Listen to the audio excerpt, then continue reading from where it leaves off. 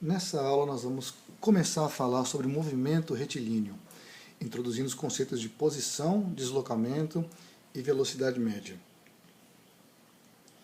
O que é o movimento retilíneo, ou também conhecido como movimento unidimensional? É o movimento ao longo de uma única direção, uma linha reta. Por exemplo, o movimento na vertical, uma bolinha que pode subir ou descer, por exemplo. Ou um movimento na horizontal, um objeto sobre uma mesa horizontal, ou ainda um objeto ao longo de uma trajetória inclinada, desde que seja em linha reta. Como contra-exemplo de um movimento que não é retilíneo ou unidimensional, é uma bola em cima de uma superfície curva, por exemplo. Por enquanto, nós vamos nos ater ao estudo da cinemática, que consiste em descrever o movimento. Mais adiante, nesse curso, nós vamos estudar a dinâmica, que consiste no estudo das causas do movimento. Para fazer tudo isso, a gente vai começar fazendo uma aproximação que é muitas vezes razoável, que é representar um objeto como uma partícula. Por exemplo, nós vamos descrever apenas a posição da extremidade dianteira de um trem, ao invés de todas as partículas de um trem. No exemplo dessa foto, basta a gente descrever, por exemplo, onde está o começo do trem ao longo dessa direção aqui dos trilhos retos do trem. O primeiro conceito, então, de que a gente precisa é a posição. Vou representar provisoriamente pela letra X. A ideia é a seguinte: primeiro a gente escolhe um sistema de coordenadas. Nesse caso, como o movimento é unidimensional, basta um eixo.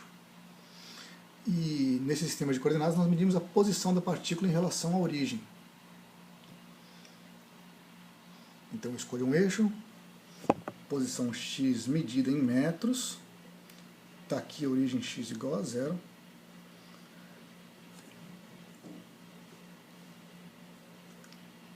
Se a partícula então está nesse ponto desse sistema de coordenadas, aqui entre menos 1 e menos 2, nós vamos dizer então que a posição x da partícula é, digamos, menos 1,7 metros. O próximo conceito é o conceito de deslocamento, que acontece quando você tem uma variação na posição. O deslocamento, portanto, é a diferença entre a posição final e a posição inicial. Δx, x2 menos x1, ou x final menos x inicial, que é um número que pode ser positivo ou negativo.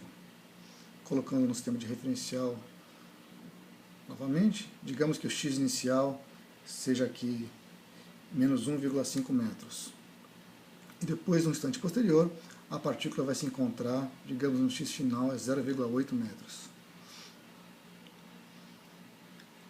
O deslocamento Δx é x final menos x inicial, 0,8 menos 1,5, 2,3 metros. Repare que isso corresponde ao deslocamento positivo, no sentido de que ele vai na mesma direção da orientação positiva do eixo. Você poderia começar num outro lugar, por exemplo, ter um x inicial 2,2 metros e ter um x final que é 0,5 metros. Nesse caso, o deslocamento é 0,5 x final menos 2,2 x inicial, resultando em menos 1,7 metros. Nesse caso, um deslocamento negativo, correspondendo ao fato de que você se deslocou na direção contrária à orientação positiva do eixo. Às vezes é conveniente estudar o valor absoluto do deslocamento, módulo de Δx, que por definição é maior ou igual a zero. A observação é que nem sempre o módulo de Δx corresponde à distância percorrida. Considere, por exemplo, o seguinte exemplo, em que uma partícula que avança 2,3 metros, por exemplo, e em seguida recua os mesmos 2,3 metros. Nesse caso, essa partícula teve uma distância percorrida de quanto? Se você percorre 2,3 metros para frente e depois 2,3 metros para trás, distância percorrida de 4,6 metros. No entanto, pela nossa definição de deslocamento, Se você sair de um ponto, vai até algum outro lugar e retorna ao mesmo ponto, o x final e o x inicial são os mesmos e, portanto, o deslocamento é de 0 metros. Então é importante não confundir esses dois conceitos de deslocamento e distância percorrida, que às vezes coincidem, mas às vezes não coincidem. A gente chega então ao conceito agora que podemos introduzir de movimento e velocidade média. O que é movimento? Movimento é posição que muda no tempo. Matematicamente, nós descrevemos um movimento ao associar uma posição x a cada instante de tempo t. Ou seja, se para cada instante de tempo t a gente pode associar uma posição x, isso é o que a gente chama de função. Está sendo uma função x de t. E para cada função x de t pode corresponder a um gráfico. Você sempre pode desenhar um gráfico.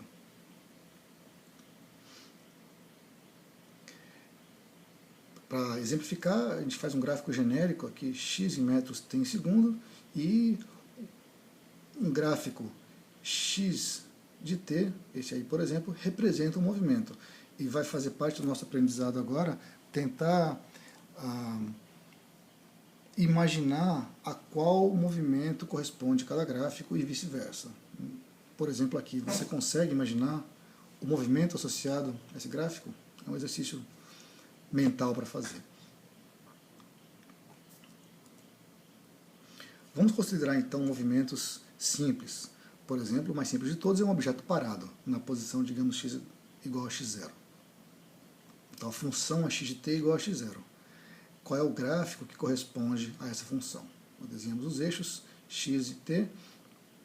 No instante inicial, t igual a 0, você está na posição x0.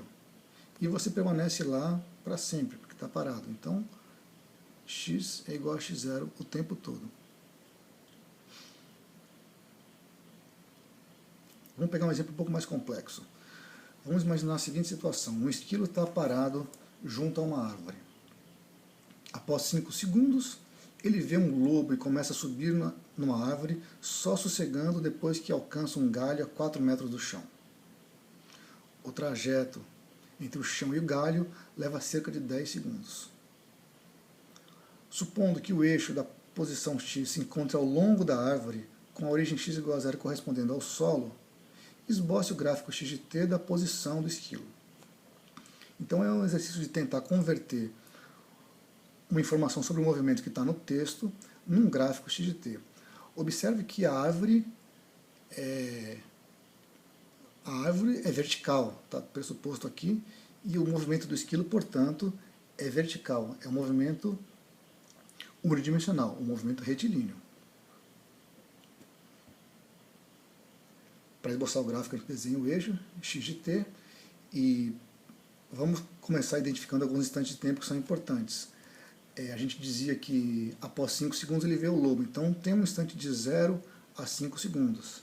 Depois, o trajeto entre o chão e o galho leva cerca de 10 segundos, então entre 5 segundos e 15 segundos. 15 menos 5 dá uns 10 segundos da duração da subida.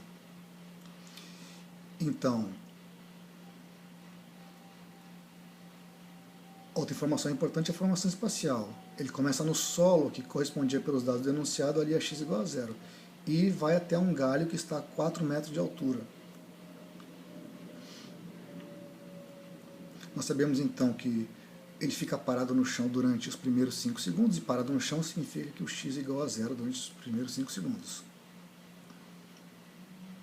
Depois ele sobe durante os próximos 10 segundos, de x igual a 0 até x igual a 4 metros. Depois disso ele permanece parado no galho a uma altura de 4 metros. Então observe que, embora o movimento do esquilo seja unidimensional, o esquilo caminha apenas para cima do eixo x. O gráfico x de t que relaciona a posição com o tempo é um gráfico diagonal, assim, claramente curvo, mas o movimento do esquilo é unidimensional, retilíneo. Tendo esse conceito, então, de movimento como uma função x de t, a gente pode introduzir ou revisitar o conceito estudado lá no ensino médio, que é o conceito de velocidade média, que essencialmente tenta responder ou tenta quantificar essa pergunta aqui: quão rápido um objeto se move no intervalo de tempo entre t1 e t2. Então a velocidade média diz respeito sempre a um intervalo. Considere um gráfico x de t com esse movimento genérico aqui, correspondente a essa linha vermelha. Vamos considerar então o intervalo t1 e t2 mostrado aqui. No instante t1, essa é a posição x1 da partícula. x1 corresponde à função x calculada no instante t1.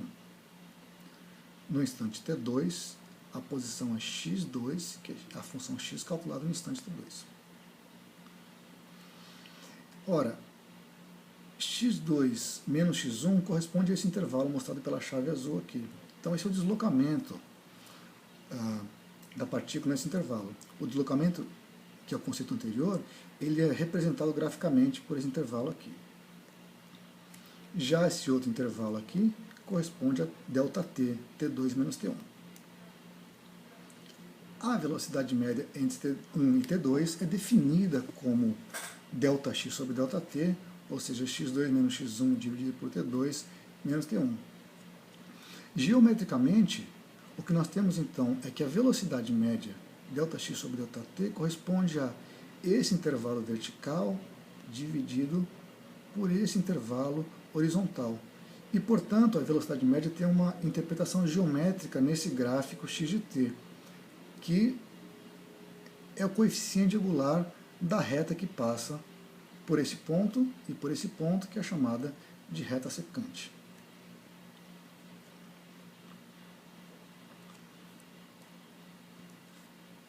Algumas observações importantes.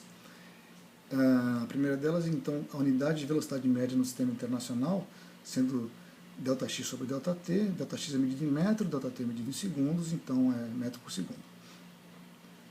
V média é calculado com base em informações, tempo, posição, nos extremos do intervalo, isto é, T1 e T2. Assim, a velocidade média é insensível ao que ocorre durante o intervalo.